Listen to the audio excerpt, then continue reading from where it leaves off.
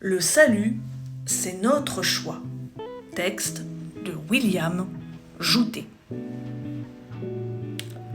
Une question de choix personnel. La Bible dit que tout homme est perdu et a besoin de salut.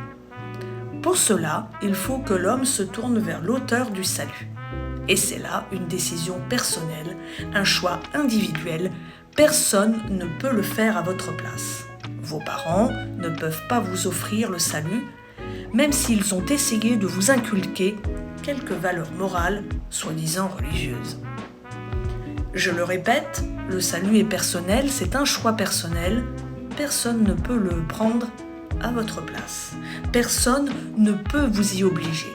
Seul l'Esprit de Dieu, qui est un esprit d'amour, peut toucher votre cœur, ouvrir votre intelligence et vos yeux pour comprendre que sans Jésus, vous ne pourrez voir le Père. Sans Jésus, vous ne pourrez vivre éternellement. Sans Jésus, vous ne pouvez obtenir la paix éternelle et le bonheur qui dépend de lui. Cela revient à dire que c'est votre décision qui est prise en compte. Soit vous acceptez, soit vous refusez. Soit vous êtes sauvé, soit vous êtes perdu. Oui, mais la religion dans tout cela, ce n'est pas la religion qui vous sauve. Ce n'est pas la religion qui vous met en contact personnel avec Dieu le Père.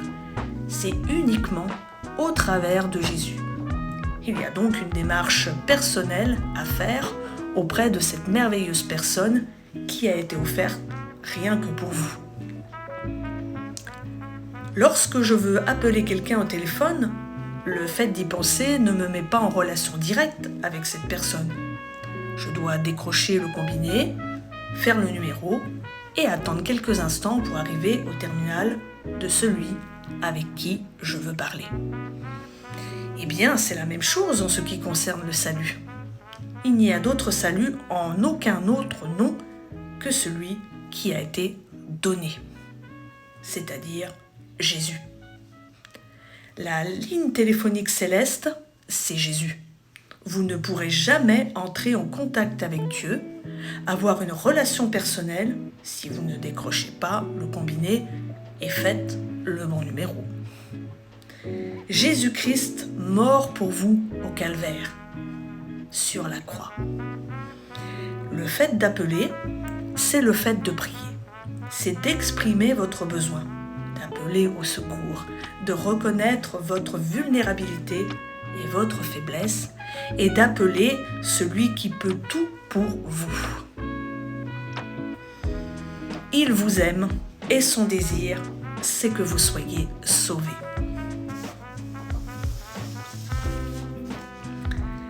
Le salut qu'il vous offre est un don. C'est un cadeau qu'il vous faut recevoir. Soit que nous recevions ce cadeau qu'il nous tend, soit que nous nous détournions de ce cadeau et continuions à mourir dans cette vie de misère. La Bible déclare que tout homme sur la terre a été mordu par le poison de ce serpent qu'est le diable. Tout homme est pécheur et donc perdu. Il n'y a que le sang de Jésus pour enrayer ce poison mortel et nous donner la vie éternelle. C'est le sang de Jésus l'antidote. Soit que vous le preniez, soit que vous ne le preniez pas. Il y a tellement de personnes qui, en écoutant l'évangile, disent « Oh, comme c'est beau, comme c'est joli, comme c'est agréable. » Et puis c'est tout. Lorsque l'on me prépare un bon repas, laissez-moi vous dire que je ne regarde pas uniquement ce repas, mais je sais me mettre à table et déguster à pleines dents, avec parcimonie, les délices présentés devant mes yeux. Car ils n'ont pas été préparés pour mes yeux, mais pour mon estomac. Et le salut de Dieu, c'est un cadeau qu'il vous faut recevoir. Encore une fois, c'est votre décision, votre choix personnel. Mais comment se passe le salut ? Qu'est-ce qui déclenche le salut ? Qu'est-ce qui occasionne le salut dans ma vie ? D'où vient-il ?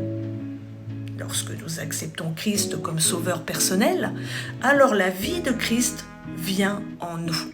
C'est aussi simple que cela. C'est une interaction entre deux êtres, votre Sauveur et vous, le croyant. Mais est-ce que cela veut dire que la vieille nature, la vieille vie, nous en sommes débarrassés, qu'elle ne revient jamais plus à la surface, ou que nous serons capables automatiquement de résister à toutes les tentations? Non. Il suffit de comparer votre nouvelle naissance, votre nouvelle vie, celle de Christ en vous, à la naissance d'un bébé. Est-ce qu'un bébé peut marcher?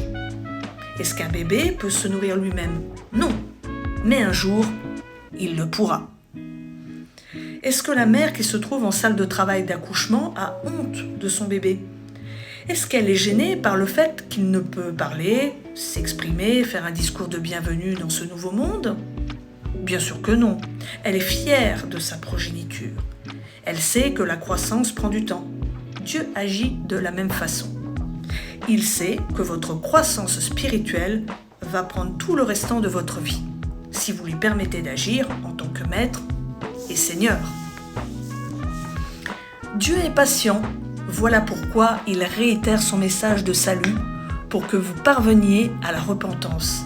C'est-à-dire que vous admettiez que sans lui, sans sa grâce, sans son amour, vous ne pouvez pas être sauvés. Cela fait toujours mal à l'orgueil de l'homme qui veut absolument se dépatouiller tout seul de sa triste condition.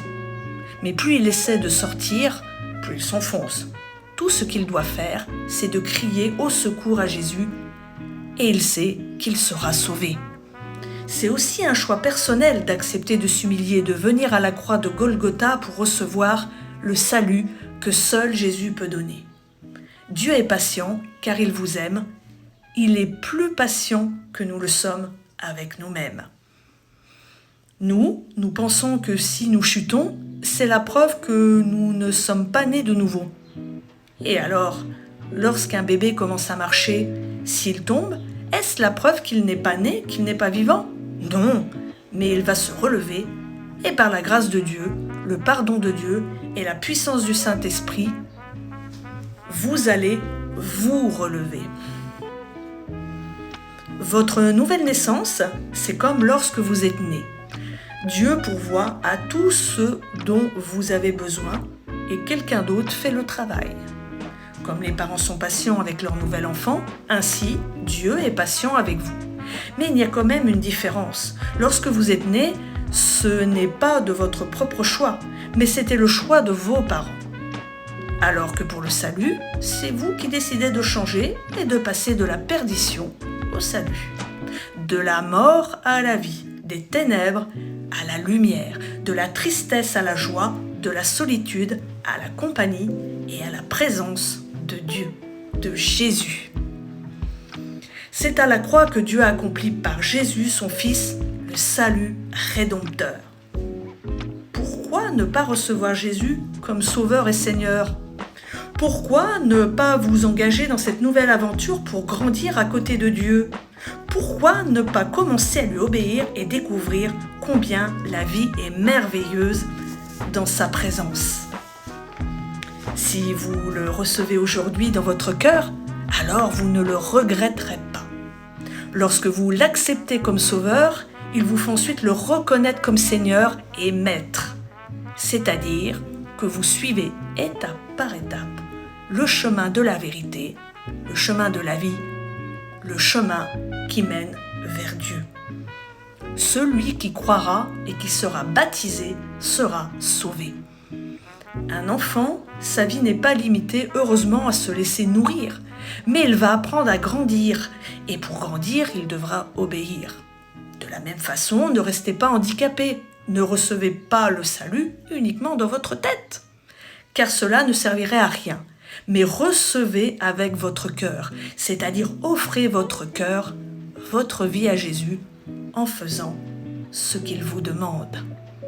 Faites-le maintenant et votre vie ne sera plus jamais la même.